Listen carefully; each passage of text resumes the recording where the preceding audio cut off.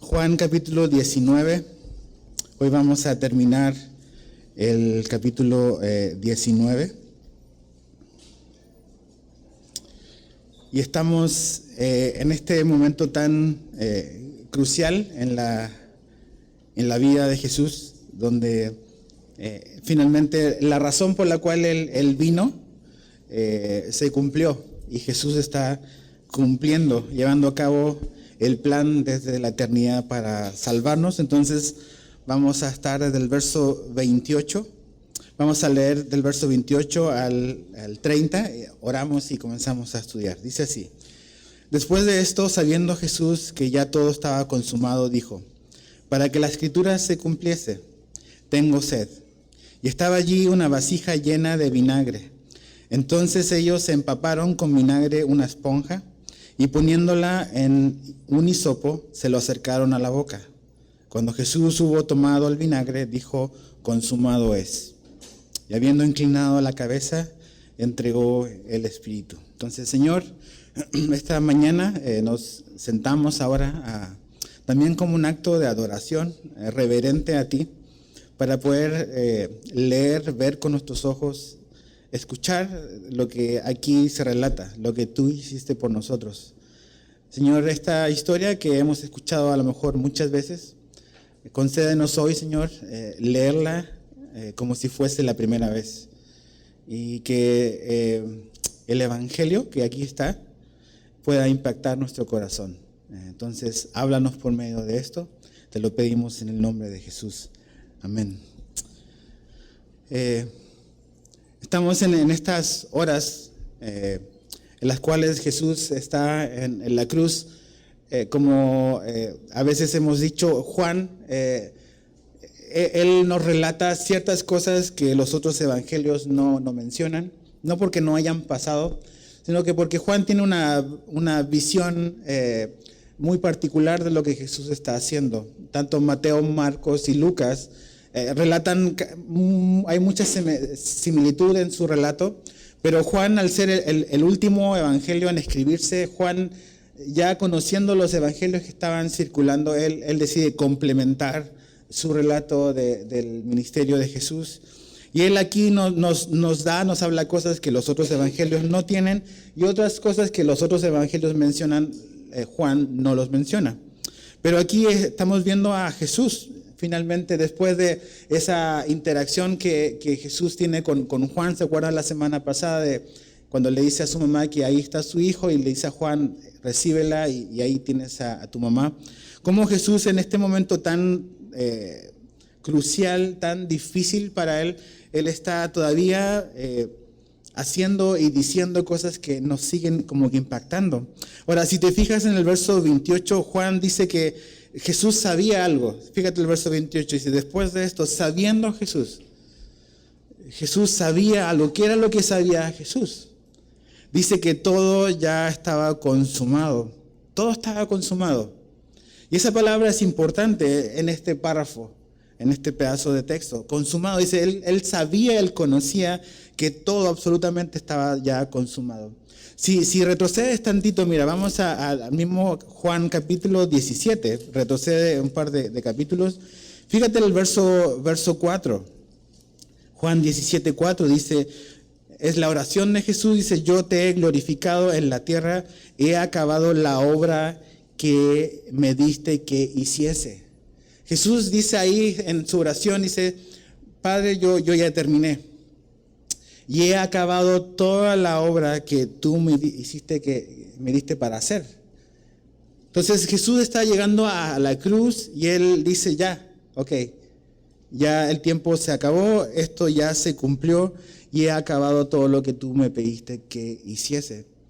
Cuando en este viaje largo que hicimos, ya llevamos más de un año, como 1 año y 4 meses estudiando el Evangelio de Juan.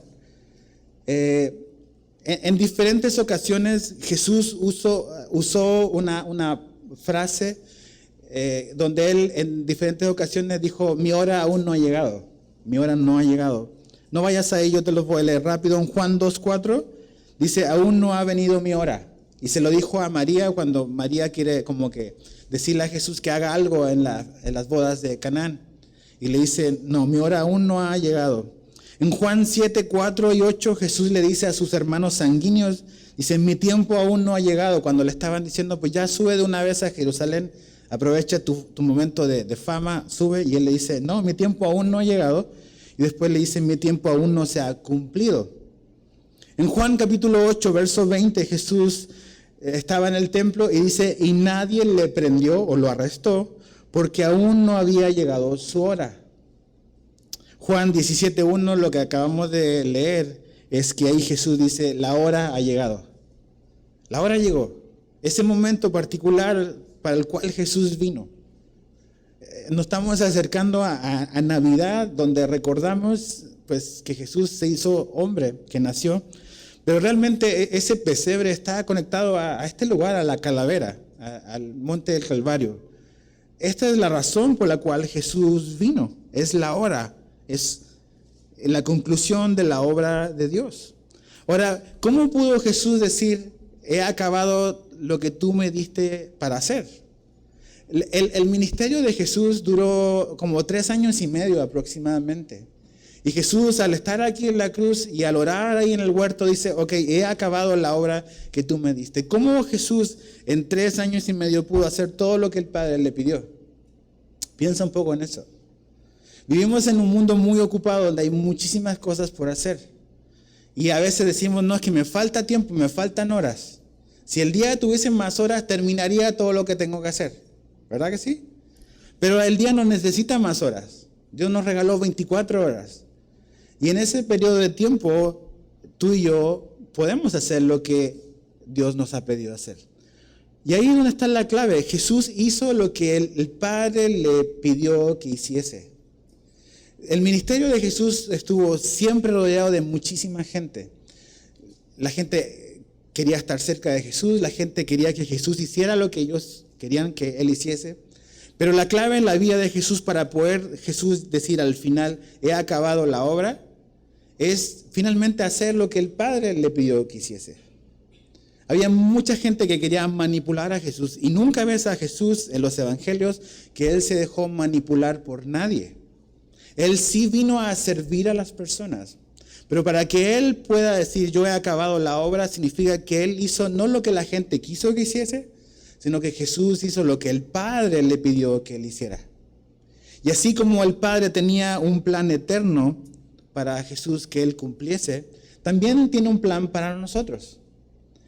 El libro de Efesios capítulo 2 dice que Dios creó de antemano buenas obras para que andemos en ellas, para que tú y yo andemos en ellas. Hay ciertas cosas que Dios ha preparado para nuestra vida. Y ahí donde está la tensión está lo que yo quiero hacer y lo que Dios quiere que yo haga. Jesús caminó en una diaria obediencia a un plan eterno. Por eso Él logró todo lo que tenía que hacer. Sí, en esta vida terrenal de hombre seguramente hubieron muchísimas necesidades que a lo mejor la gente pensó que quedaron insatisfechas o incumplidas por Jesús. Pero todo lo que el Padre le pidió a Jesús que hiciera, Jesús lo hizo. ¿Cómo se logra eso? Se logra caminando cada día en obediencia a los planes de Dios. Jesús siempre oraba, siempre estaba buscando la dirección de su Padre. Si hay algo que Él nunca sacrificó fue su tiempo personal de oración con su Padre. Y es en esos momentos de profunda intimidad con su Padre que Él recibía la instrucción para lo que tenía que hacer. Jesús siempre estuvo en el lugar correcto, en el momento indicado. ¿Cómo hizo eso? Estando en comunión y siguiendo el plan del Padre. Así también tú y yo somos expuestos a un montón de situaciones terrenales, a necesidades que creemos que tenemos que resolver. Y así se nos pasa la vida resolviendo y apagando incendios. Y a veces no poniendo la atención en lo que realmente tenemos que hacer, en lo que Dios quiere que hagamos. Entonces, ¿cuál es el asunto? Jesús vivió terrenalmente, pero vino y vivió en perfecta obediencia a la voluntad de su Padre. Él estuvo aquí, pero vivió para vivir para los propósitos de su Padre. Jesús nos invita hoy, a ti y a mí, a vivir priorizando lo celestial sobre lo terrenal, a priorizar lo eterno sobre lo pasajero. Es así, eso es lo que debemos de hacer. En Mateo 6:33 Jesús le dijo a la gente: buscad primeramente el reino de Dios y su justicia. Jesús, cuando caminó como hombre, para que Él pueda decir: yo he acabado la obra, la prioridad para Jesús era buscar el reino de Dios. Eso era lo más importante. Por eso Él puede decir: se ha consumado el tiempo, ya se acabó el tiempo, ya se cumplió todo lo que tenía que hacerse. Pero tú y yo también somos invitados a lo mismo. A buscar, a priorizar, a poner en primer lugar en nuestra vida el reino de Dios y su justicia. ¿Cuál es nuestro error? ¿Qué es lo que hacemos? Ponemos las otras cosas por sobre el reino de Dios y su justicia. Nosotros andamos buscando lo que Jesús dice que nos va a dar si buscamos a Él primero. Andamos buscando las añadiduras, ¿verdad? Queremos las añadiduras y si nos sobra tiempo, buscamos el reino de Dios y su justicia. Entonces nos levantamos todos los días y nuestra vida muchas veces se trata de luchar, correr, pelear por las añadiduras. Pero Jesús me dice que esa no debe ser la prioridad de mi vida.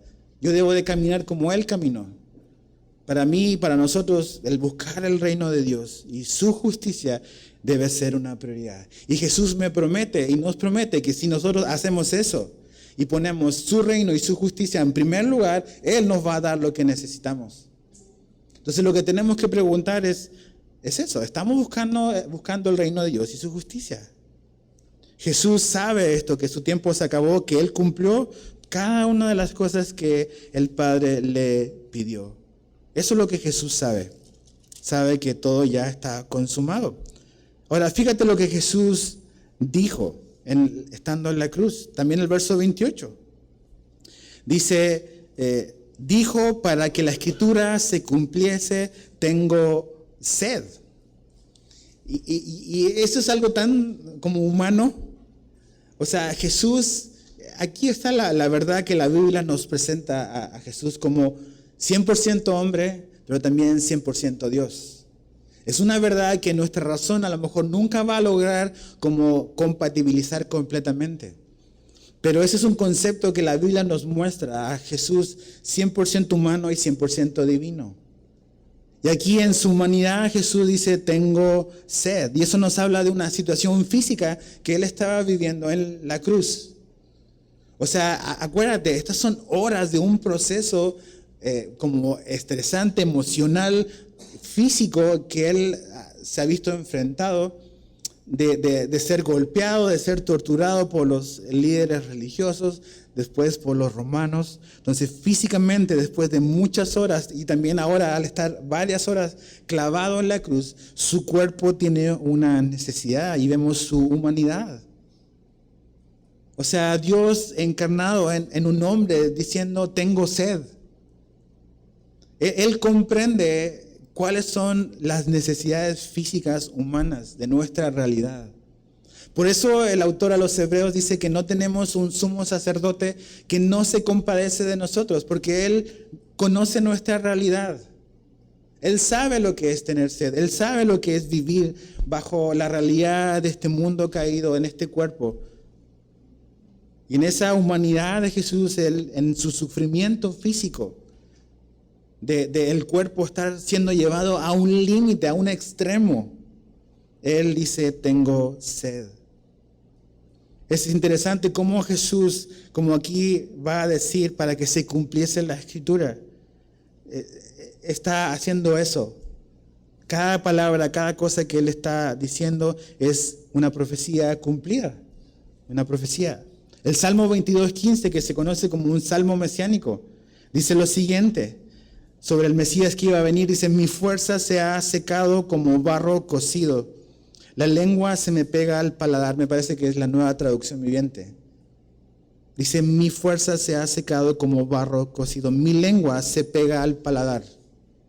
Y está hablando de ese momento, de este momento, de Jesús en la cruz, cómo su cuerpo está demandando una satisfacción porque ha sido expuesto a un sufrimiento realmente muy, muy grande. Pero no solamente Jesús está ahí en la cruz padeciendo en su cuerpo un dolor o un sufrimiento físico. sino también hay una situación espiritual que está ocurriendo con Jesús en la cruz. Muchas veces nada más nos recordamos o nos enfocamos en que Jesús padeció físicamente, que todo lo que ahí ocurrió fue algo nada más físico. Pero no es solamente algo físico lo que Jesús enfrentó, sino también hay una situación espiritual también ahí con Jesús en la cruz. La Biblia nos dice que en un momento Jesús dice: Padre, ¿por qué me has abandonado? Y lo que está ocurriendo realmente ahí y lo que está pasando Jesús es que por un momento, algo que no a lo mejor logramos como comprender y explicar realmente cómo fue eso, pero la Biblia nos dice que por un momento esa comunión eterna que había existido entre el Padre y el Hijo se cortó por algún momento. En un momento el Padre volteó a mirar a otra parte. Ya no pudo ver a Jesús. ¿Por qué? Porque Jesús estaba cargando nuestros pecados. Y eso Jesús lo resiente. Esa comunión y perfecta armonía por la eternidad, en ese momento se ve interrumpida por un momento. Y Jesús también siente esa sed, pero una sed espiritual de saber de que no está en esa perfecta y estrecha comunión con el Padre como siempre estuvo.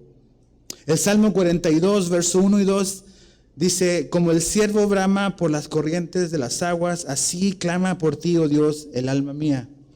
Mi alma tiene sed de Dios, del Dios vivo.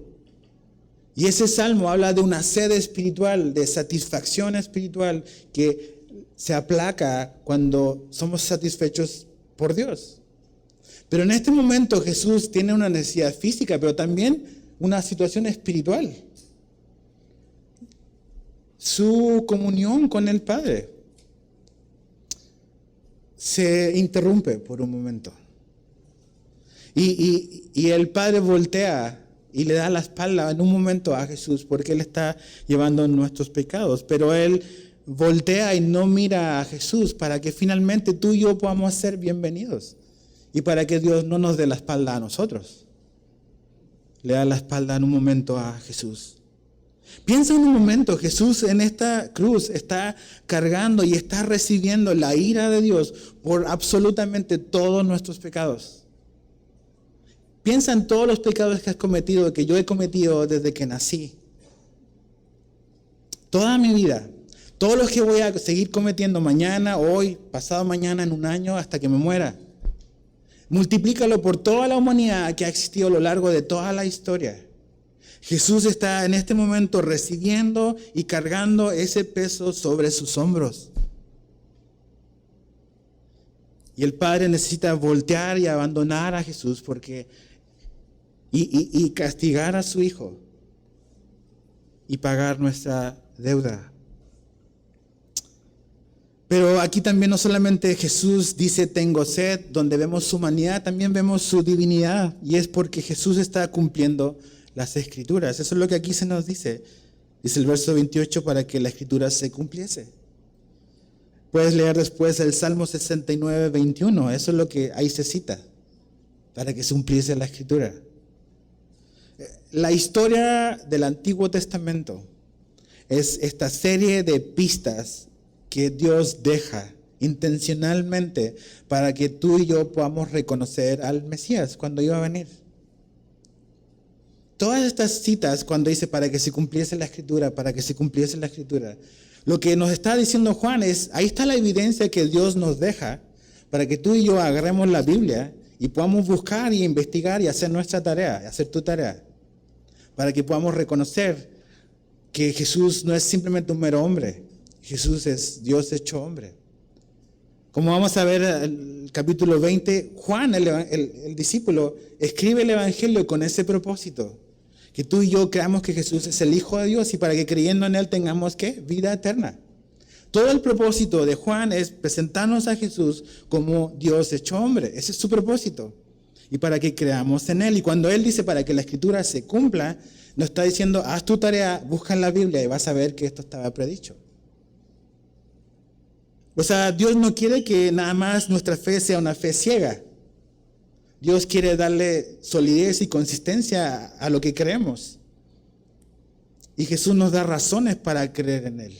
La Biblia nos da razones para creer en Jesús. Entonces, el que la Escritura se esté cumpliendo nos está diciendo de que ese hombre que está ahí en la cruz no es un buen hombre nada más. No es un gran maestro, es Dios hecho hombre que fue predicho desde el Antiguo Testamento.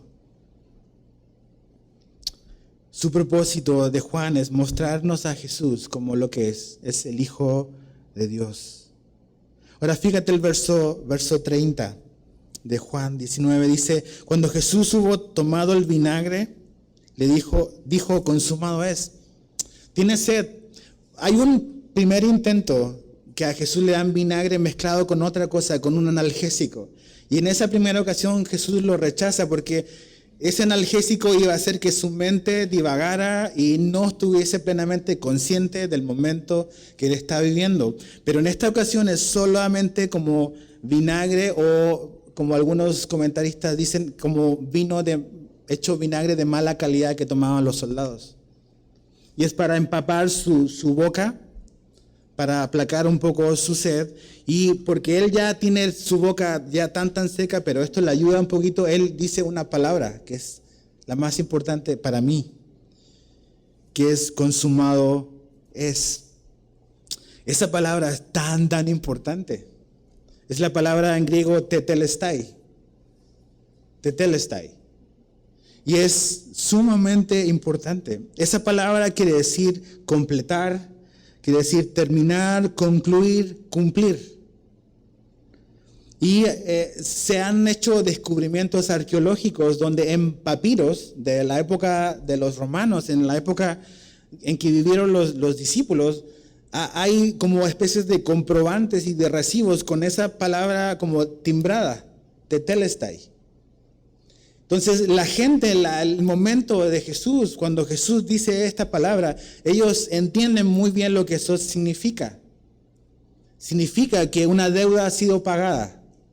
Eso es lo que significa ese concepto para la mentalidad de un judío del primer siglo y para un romano. Pero cuando Jesús dice consumado es, o sea, todo se terminó, todo se cumplió, ¿de qué está hablando? ¿A qué se refiere Jesús? ¿Qué cosas terminaron? ¿Qué terminó? Bueno, primero terminó el sufrimiento. El sufrimiento de Jesús, de Dios hecho hombre, en manos de los hombres, se terminó. Esta es la hora en la cual Dios se puso a sí mismo a disposición de manos de los hombres. Y esto es lo que nosotros como hombres hicimos con el Hijo de Dios. Pero eso se terminó. Eso se acabó. Eso se cumplió. También se terminó la obra de salvación del hombre. Jesús, al finalmente morir en la cruz, está terminando todo lo que Dios empezó desde el Antiguo Testamento, desde Génesis 3. ¿Se acuerdan que leímos ahí la semana pasada? Desde ese momento en que Dios le dijo a la mujer y le dijo al hombre, ok, tu simiente, la que va a venir y va a aplastar a la serpiente, a Satanás. Todas las profecías del Antiguo Testamento que hablaban de este día se están terminando. Está llegando hasta este punto de Jesús en la cruz para finalmente completar todo lo que significaba la salvación del hombre. ¿Qué otra cosa se terminó en la cruz? En la cruz también se terminó el antiguo pacto. ¿Se acuerdan lo que Jesús les dijo a los discípulos cuando tomó la cena? Le dice, este es mi nuevo pacto, en mi sangre. Entonces, cuando Jesús dice, ya todo se acabó, la antigua manera de relacionarse con Dios, el pacto que había antes, el antiguo pacto de la ley que Moisés trajo, se acabó. Ya hay una nueva manera de relacionarse con Dios, es por medio de Jesús. No decimos de que el Antiguo Testamento no sirve, porque ahí Dios nos revela su carácter, que es un Dios perfecto, santo, y que nosotros somos culpables. La ley lo único que hace es apuntarnos con el dedo. Dice, haz esto, no hagas esto otro, eres culpable, fallaste. Eso es lo que hace la ley. Y está bien porque la ley, dice Pablo a los Gálatas, su propósito es hacernos ver nuestra necesidad de un Salvador. Y cuando vemos, el Antiguo Testamento es un espejo. El espejo lo usamos todos los días, espero, para vernos. Todos los días nos levantamos y vamos al espejo y el espejo nunca miente. Entonces, la ley de Dios es un espejo que nunca miente. Siempre nos dice la realidad de nosotros. Pero el espejo no lava nuestra cara. ¿O a poco estás así como que? No, por más que talles tu rostro, con el espejo tu cara no se va a limpiar. Necesitamos a alguien que nos limpie. Y ese es Jesús, ese es el Evangelio. Entonces, cuando Jesús dice ya todo es consumado, consumado es el viejo pacto ya pasó. Hay una nueva manera, un nuevo camino, ahora a través de Jesús para acercarnos a Dios.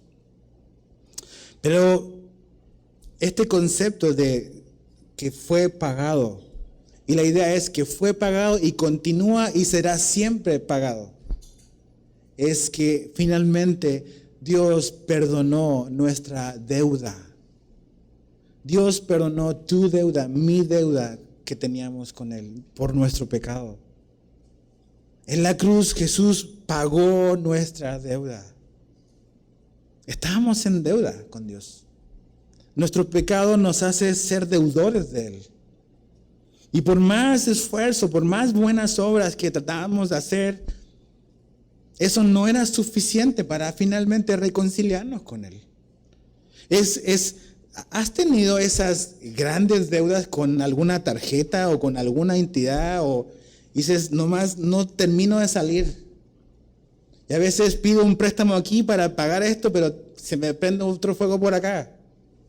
Y nada más estamos pagando intereses, y nunca pagamos la deuda porque no podemos.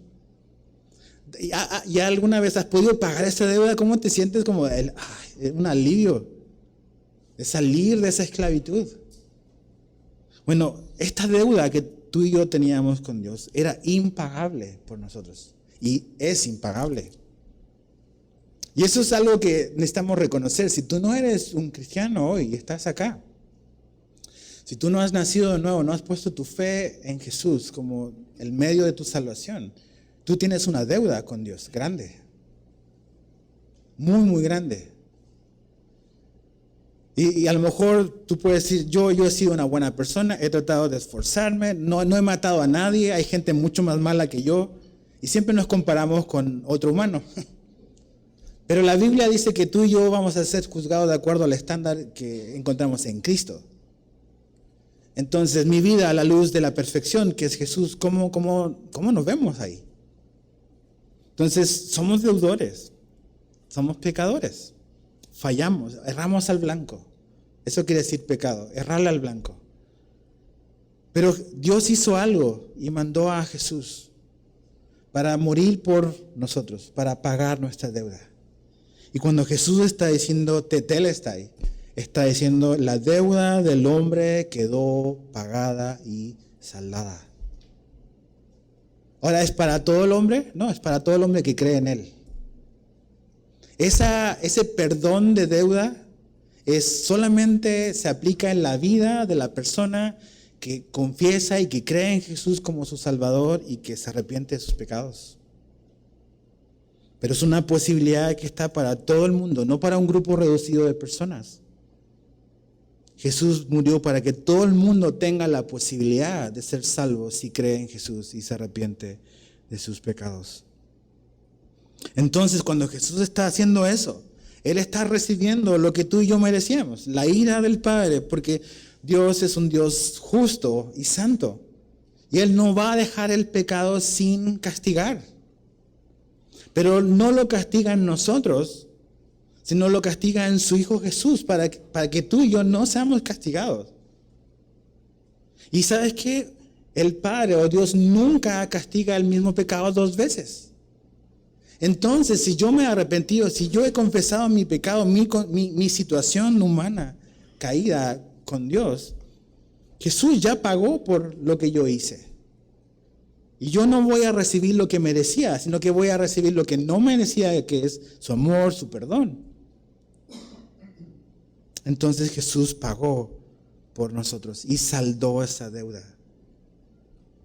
No hay nada que tú puedas hacer para saldar esa deuda. Absolutamente nada. Fíjate lo que dice Pablo a los Corintios en 2 Corintios 5:21. 2 Corintios 5:21 dice: al que no conoció pecado, le hizo pecado por nosotros, para que fuéramos hechos justicia de Dios en él. En la cruz ocurrió un intercambio. Tú y yo le dimos y Jesús cargó nuestros pecados y Él pagó por ellos. Pero a través de lo que Jesús hizo en la cruz, Él nos transfirió su justicia para que fuésemos aceptados por Dios. Entonces es como una transferencia de deuda. Nosotros le transferimos nuestra deuda, Él nos transfirió sus recursos. Y somos justificados por Dios mediante Jesucristo. Consumado es. Y la obra se acabó. La salvación no es un trabajo a medias que Jesús hizo. No es yo hago el 50% y ustedes hacen el otro 50%. No hago yo el 90%, ustedes hacen el 10%. Jesús dice, consumado es, ya se acabó esto. Todo lo que el hombre necesita para la salvación está hecho. Lo que el hombre tiene que hacer es recibir el regalo, creer. Eso deja de un lado cualquier intento de buenas obras para salvación. Mis buenas obras no me salvan. Tus buenas obras nunca te van a salvar. ¿Las buenas obras no tienen parte en el plan de Dios? Claro que tienen parte. Pero las buenas obras son un resultado, una consecuencia de que ahora soy una nueva criatura, una nueva persona. Es una evidencia. Pero no es el camino o el medio a través del cual alcanzamos la salvación. La salvación es algo que Jesús cerró y selló en la cruz para nosotros y nos da así gratis si lo queremos. Tenemos que confiar en Él. Ahora fíjate el verso 31.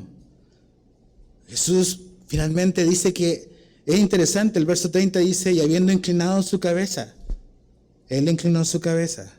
Dice, entregó el Espíritu. No tomaron la vida de Jesús, Él le entregó su vida. En todo este momento horroroso de la maldad del hombre, Jesús está cumpliendo y está entretejido ahí que Él es el que entrega su vida. Ahí estamos viendo retratado su amor y también está viéndose retratado nuestra maldad como hombres. Pero dice, Él entregó el Espíritu y eso murió. Jesús murió aproximadamente a las 3 de la tarde ese día. Ahora fíjate que viene después, verso 31. Entonces los judíos, por cuanto era la preparación de la Pascua, a fin de que los cuerpos no quedasen en la cruz en el día de reposo, pues aquel día de reposo era de gran solemnidad, rogaron a Pilato que se les quebrasen las piernas y fuesen quitados de allí. Aquí está lo que los religiosos piden. ¿Qué es lo que ellos piden? Es que básicamente que no quede ningún cuerpo en la cruz. ¿Por qué? Porque el reloj está avanzando y ya es la preparación para la Pascua, es el día de reposo va a comenzar. Entonces necesitamos bajar a esos hombres porque si no después se nos va a complicar. ¿Y cómo era cómo podían hacer eso? Vamos a quebrarle las piernas. A veces los hombres que eran crucificados duraban días. He leído libros donde hay registros de hombres que duraron como 14 días crucificados, así agonizando. Incluso venían aves y empiezan a morderlos, a comérselos. Jesús, su agonía no fue mucha en comparación a otros. Pero la técnica que se ocupaba para apresurar la muerte era eso. Venían con este martillo grande y ¡pum!, le quebraban las piernas. Y lo que eso hacía era que ya no pudiesen levantarse. Entonces cuando no podían levantarse, el condenado moría de asfixia. Entonces imagínate, tus pies están clavados, pero todavía están funcionando. Entonces, para poder respirar, un hombre que está crucificado tiene que en medio tratar de empujarse con las piernas para poder abrir su tórax y inhalar. Y después, así. Entonces, si ellos querían que los ejecutados muriesen rápido, ¡pum!, le quebraban las piernas y ya no te puedes parar y mueres asfixiado. Esa era la manera en que los romanos apresuraban o cortaban la agonía de un ejecutado. Y eso es lo que estos sacerdotes o los líderes religiosos están pidiendo para Jesús. ¿Pero por qué? Porque viene el día de reposo y viene la Pascua. Y tenemos que ponernos el disfraz de hombre religioso, de hombre espiritual, pero estamos crucificando al Hijo de Dios. Ahí está la hipocresía. ¿Se acuerdan cuando llevaron a Jesús con Pilato? No quisieron entrar a la casa de Pilato, porque eso era contaminarse. Sí, no se quieren contaminar ceremonialmente, pero están llevando al Hijo de Dios para que sea condenado. ¿Te das cuenta cómo el pecado nos puede engañar grandemente? Pensar de que, Jesús es Dios hecho hombre. Y estar más interesado en un ritual, en una fiesta, en una ceremonia. Pero totalmente con el corazón lejos de Dios. Ellos quieren cumplir con su fiesta, quieren cumplir con su ceremonia, quieren cumplir con su liturgia religiosa, pero ¿a costa de qué? Ahí, pues que abren las piernas y que ya se muera. Nos está estorbando que podamos celebrar nuestra fiesta religiosa para Dios. No queremos estar con ese pendiente ya que Jesús se muera. Tenemos que siempre examinar nuestro corazón. Porque podemos estar haciendo cosas que aparentemente tienen una apariencia de algo espiritual, de algo religioso, de algo que estamos haciendo para Dios, estamos celebrando la Pascua, pero tener un corazón totalmente endurecido a Jesús. Endurecido. Nuestro corazón ha crecido con un callo y hemos perdido toda sensibilidad. Qué miedo estar en ese punto, donde estamos más interesados de nuestra costumbre, de nuestra tradición religiosa, que realmente ver el pecado en mi corazón y saber que Jesús es la provisión para resolver eso. Entonces, quiébrenle la pierna. Eso es lo que los religiosos piden. Ahora, ¿qué es lo que los soldados van a hacer? Verso 32 al 37 dice: vinieron pues los soldados y quebraron las piernas del primero. Y asimismo, un dato interesante. A veces, por lo que hemos visto en las películas de las crucifixiones, pensamos que los hombres están muy, muy en alto, crucificados. Pero realmente los libros de historia y de estudios demuestran que los hombres crucificados no eran levantados mucho de la tierra. Para darle agua, lo tenían al alcance de la persona. Para quebrarle las piernas también tenía que ser como que la altura en que un soldado podía quebrar las piernas. Entonces probablemente Jesús no estaba muy elevado sobre el nivel de la tierra, estaba como mucho 2 metros, llegaba a su cabeza y estaba ahí para verse. Entonces, para quebrar las piernas, el soldado tenía que estar ahí para que él lo pudiera hacer. Entonces dice,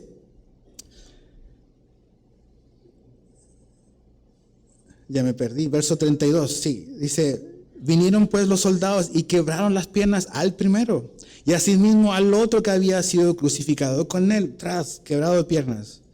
Más, verso 33, cuando llegaron a Jesús, como le vieron ya muerto, no le quebraron las piernas.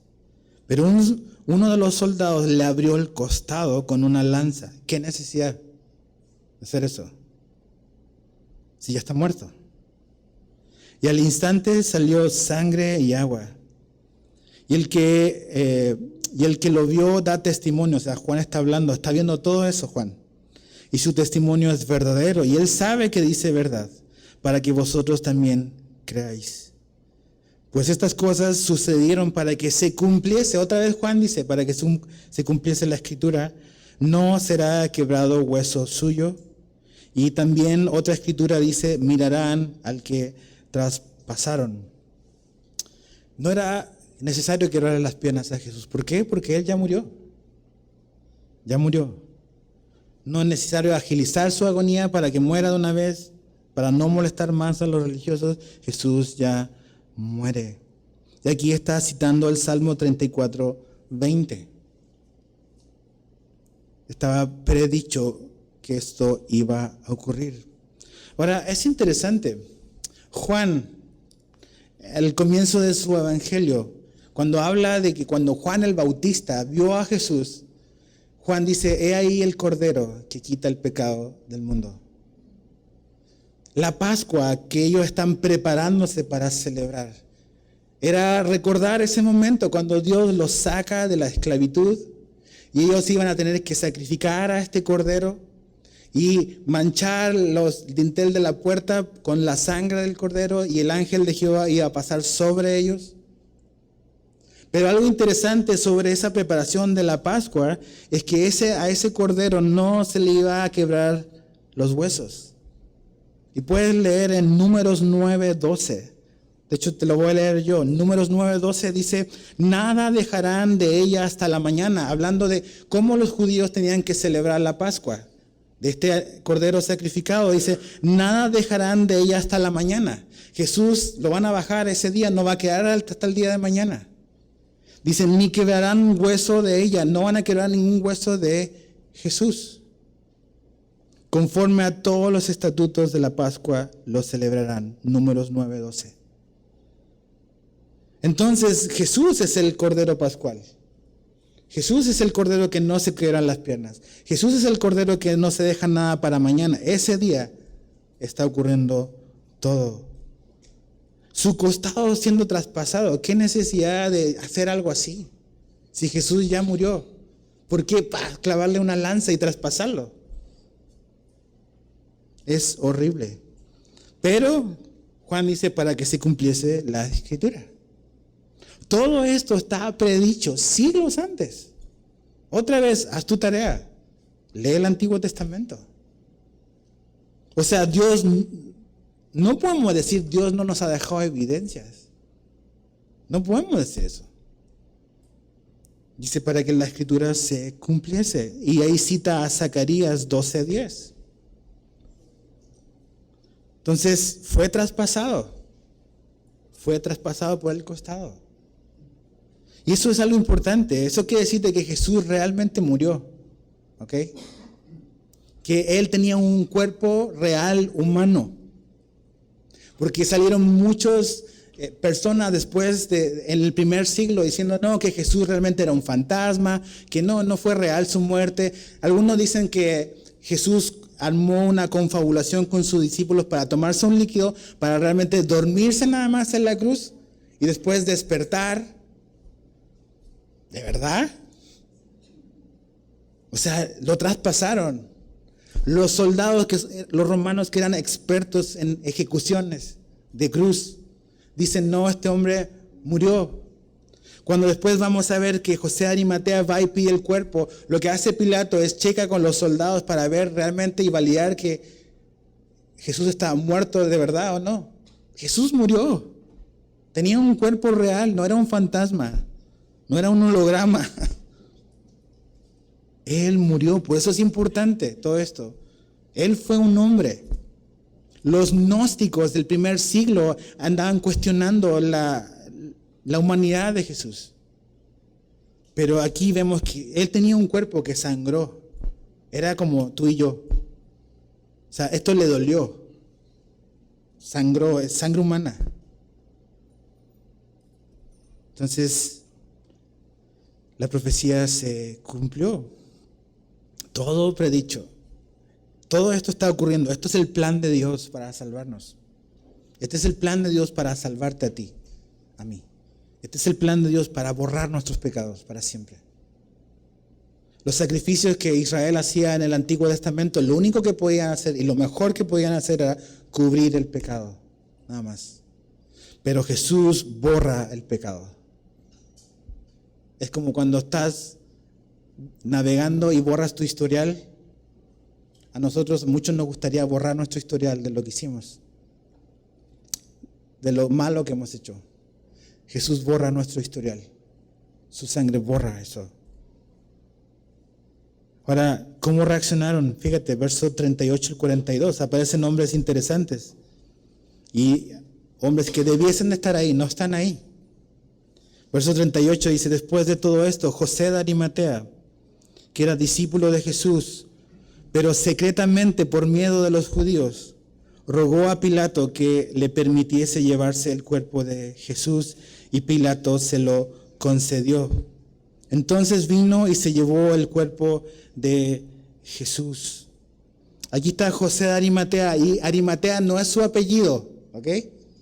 Es como cuando decimos María Magdalena, pensamos que Magdalena es su apellido, y no es su apellido. Es de donde ella venía, de Magdala. Y Arimatea no es el apellido de José, es el pueblo de donde él era. Es José de Arimatea, ¿no? Entonces, este hombre, dice, interesante, era un discípulo secreto de Jesús.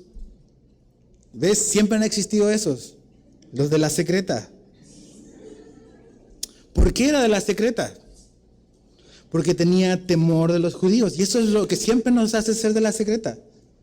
Cuando tenemos más miedo del hombre que de Dios. Cuando el temor del hombre es como un lazo, como dice la Biblia, para nosotros. Mateo 27 dice que José de Arimatea era un hombre rico, muy, muy rico. También Lucas 23 nos dice que José era un hombre bueno y justo. Marcos 15 nos dice de que José era miembro del concilio, que es donde estaban los fariseos que condenaron a Jesús, más él no consintió con la muerte de Jesús. Y también dice que él osadamente fue con Pilato y pidió el cuerpo de Jesús. Pero el discípulo secreto. ¿Y sabes qué? ¿Dónde está Pedro aquí? No está Pedro. No están sus discípulos. Juan sí está aparentemente. Pero es los discípulos secretos de Jesús los que deciden salir de lo secreto y abandonar el anonimato. ¿Qué es lo que los hizo abandonar el anonimato? Vieron a Jesús crucificado. Cuando José de Arimatea vio a Jesús decir, o sea, Él murió por mí públicamente. ¿Cómo puedo yo seguir viviendo mi fe en lo privado si Jesús murió ante todos? Es como si José de Arimatea dijese, el día en que vi a Jesucristo crucificado, dejé de ser un cristiano cobarde. ¿Qué es lo que va a dejar o lo que nos va a llevar a dejar de ser cristianos cobardes?